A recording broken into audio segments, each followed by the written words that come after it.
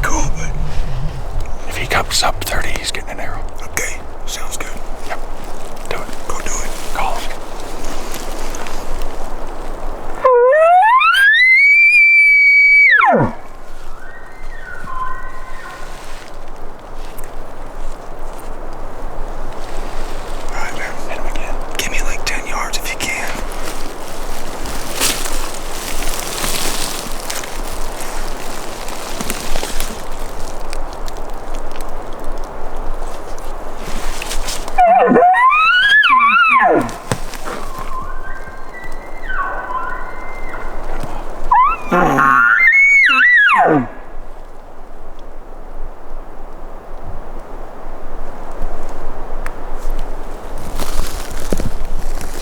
that ridge. He's walking up the ridge.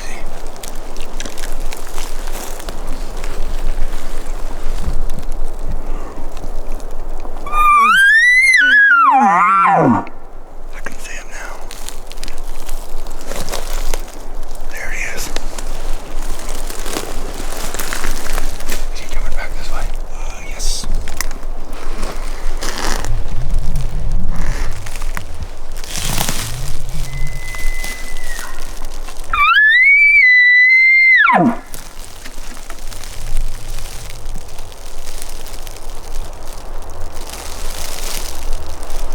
Looking down here.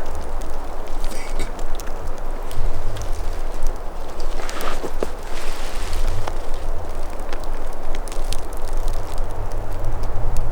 And they're out of here.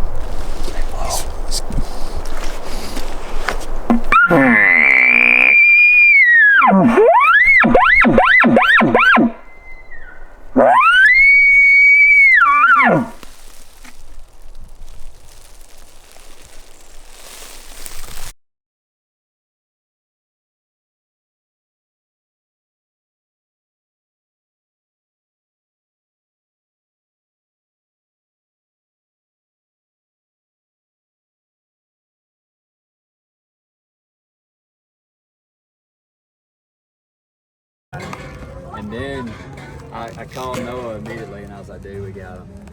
And while I was on the phone with Noah, I heard him. He let out the death bone. I was like, I'm going like this, don't spin out, because if we start spinning, I can't go down the way we just came up. yeah. Taking that truck in way too many places.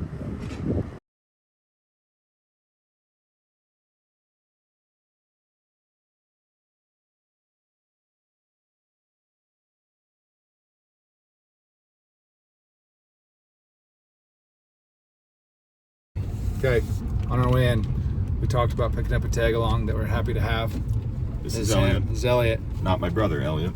Yeah, Looks kind of like my his beard needs to be longer though. 2.0. yeah. We got Elliot another 2.0. lanky dude with a beard, but either way, we're happy to have him. He's gonna be running the camera, and like I said, I'm gonna be just smacking brush and hitting the calls at a comfortable distance that's gonna drag a bull right past Ethan. It's gonna be 27 yards. It's gonna be efficient and fun. 27 yards frontal. Really, that's your prediction? Full pass through. 18 broadside. That's mine. 315 bull. Okay. You'll All do right. it Let's not get cocky. Either way, that's our introduction. Let's park here. Or the next shit you're going to see is out in the field actually hunting.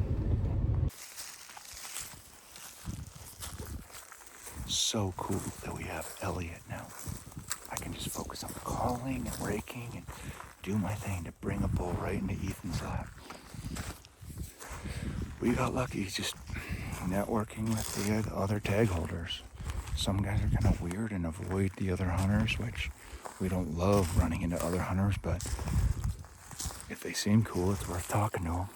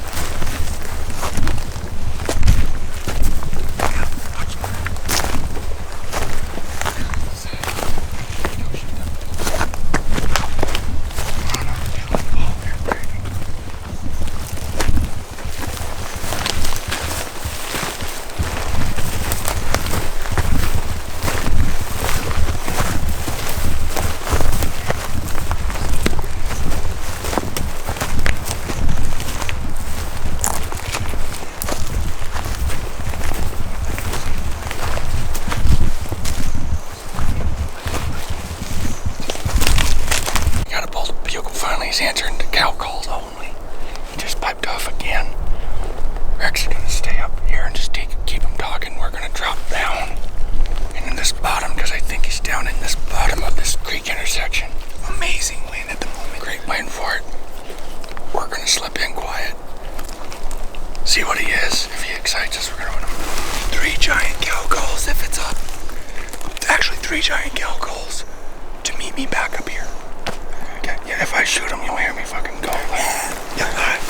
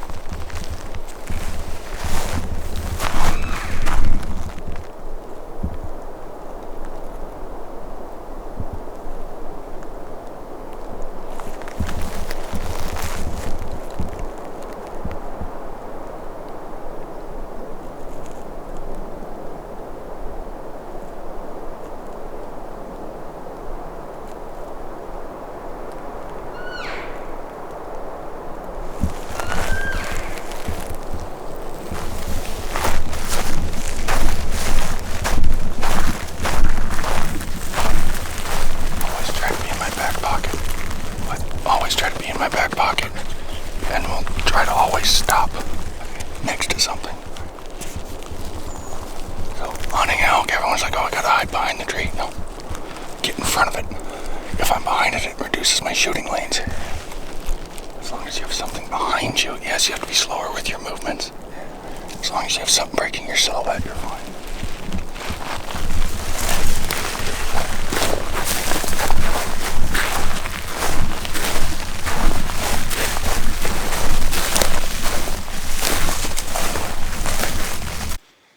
Well, we're walking out.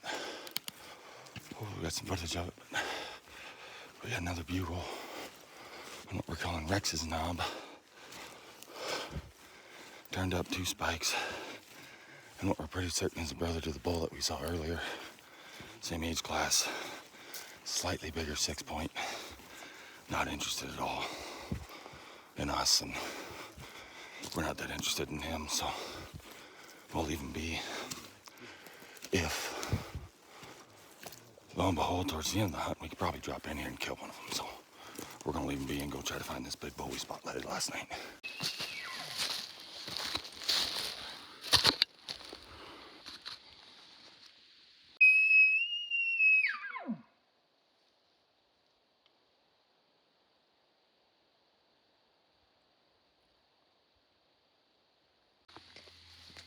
I caught myself a horned toad.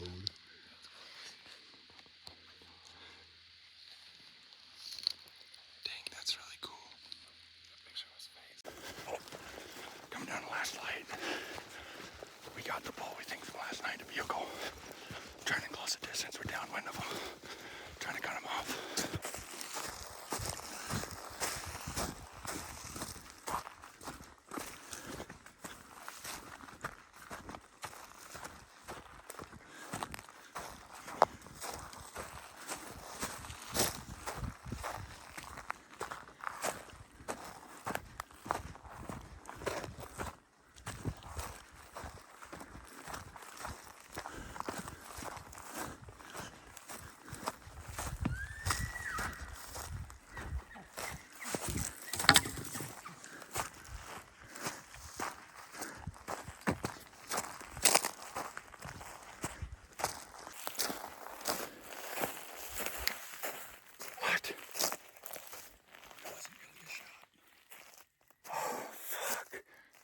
I thought you shot a bull for sure.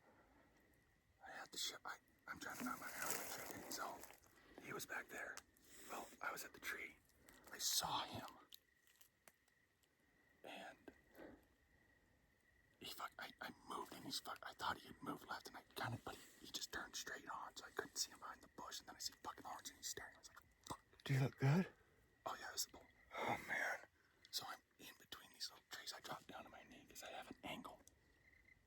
Fuck, I don't know the distance. I guessed. I put my bubble on him. I ran some trees stuff. I hate to do this to you, but meet me in the camper and let's discuss what happened. I know, we need to. Let's go sit down in the comfort of our little butt hut and discuss what we did, what maybe we could have done better. Discuss how terrible of an archer I am. I'm the world's Dylan Dietz. I'm a worse elk hunter than you are. I don't like hearing that. I don't think that. I don't either, but I'm a positive guy. I will say I didn't love it at first, but I love seeing the clean arrow from a clean miss. Don't worry, I have one.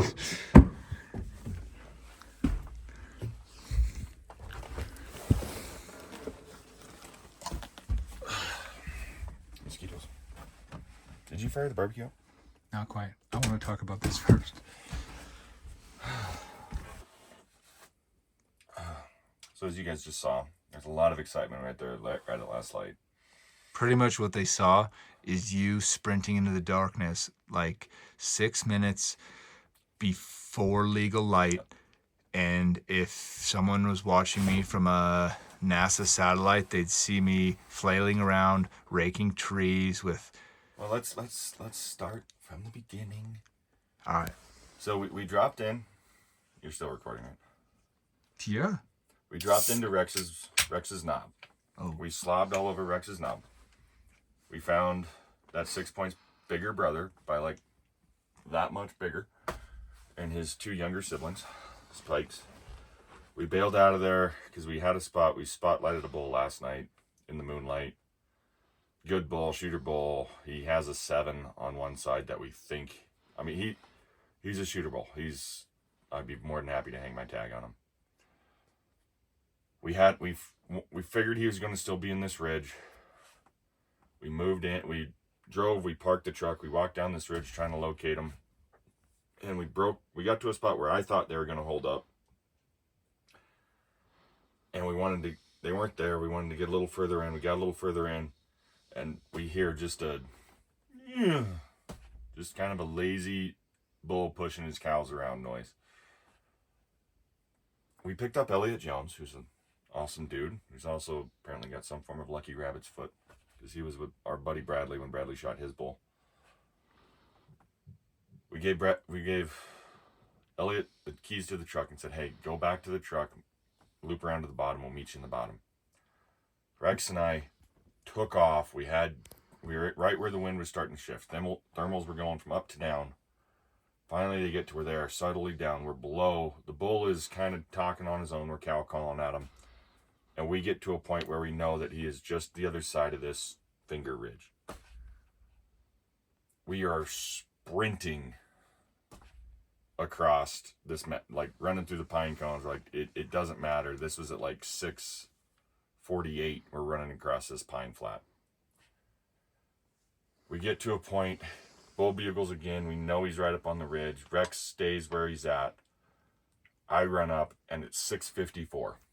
Legal light gives out at 6:58 or something like that. Basically, you know, we are last minutes of light. I pop up the hill. I'm behind some trees. The bull bugles from like, he was under 100 yards from me coming up. I see him. Rex is bugling and raking and doing his just damnedest to get this bull to commit and just come hard. I thought he was going to. I see him turn broadside for a second. I don't have a shot. I see him turn, and then I thought I saw his butt. So I moved to my left thinking that I could get a lane. You know, maybe if he's not looking at me, I can get into a better position, get out from behind this bush, get a shot. As I move sideways, I see the horns behind the bush, and he's staring at me. I drop to a knee. I'm underneath this cover of trees, and he saw me move. He kind of whirls and steps behind this bigger pine tree and stops broadside. I rushed my shot. I had time to range him. I should have ranged him. I rushed it. I floated my 60 pin a little high because I thought he was sitting somewhere around 70. Break the shot loose, bull runs off. We hear crap, like, you know, elk crush through the woods, whole 9 yards.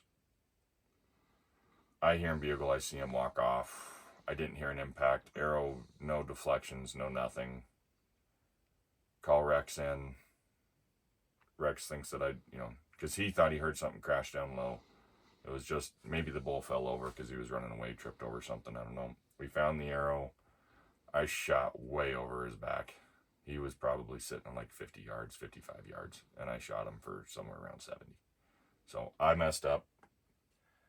The bull still is bugling up on that mountain. We did not blow him out of the country. He is the first aggressive bull that we found. He was into it. He was coming. I could have been a little more patient. There's a lot of shoulda, coulda, wouldas. It's all me. I made a bad shot. Tomorrow's a new day. I'm really excited to get after it first thing in the morning.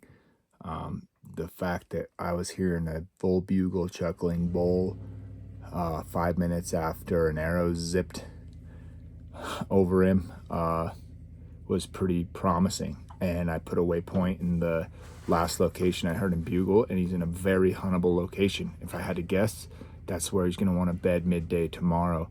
I feel like I know where they're going to feed tonight because of what we saw in the headlights the first night we saw him. It's all good. Yes, I wish I was packing meat right now, but guess what? I will do the same thing tomorrow and convince that bull to give Ethan an opportunity. And what's cool is I got Elliot running the camera over his shoulder, and we'll be able to see it in broad daylight and have a full day to celebrate and really soak in, you know, an amazing morning hunt. And I'm optimistic. Long story short, I'm optimistic. We're done rambling. I'm tired. We're going to eat some burgers. We're going to decompress. Ethan's going to do a little journaling. And we will talk to you guys tomorrow when I am huffing and puffing up a hill to get in position with the right thermals to hopefully watch Ethan shoot a gorgeous bull. Obviously the kid, we didn't watch TV, we didn't have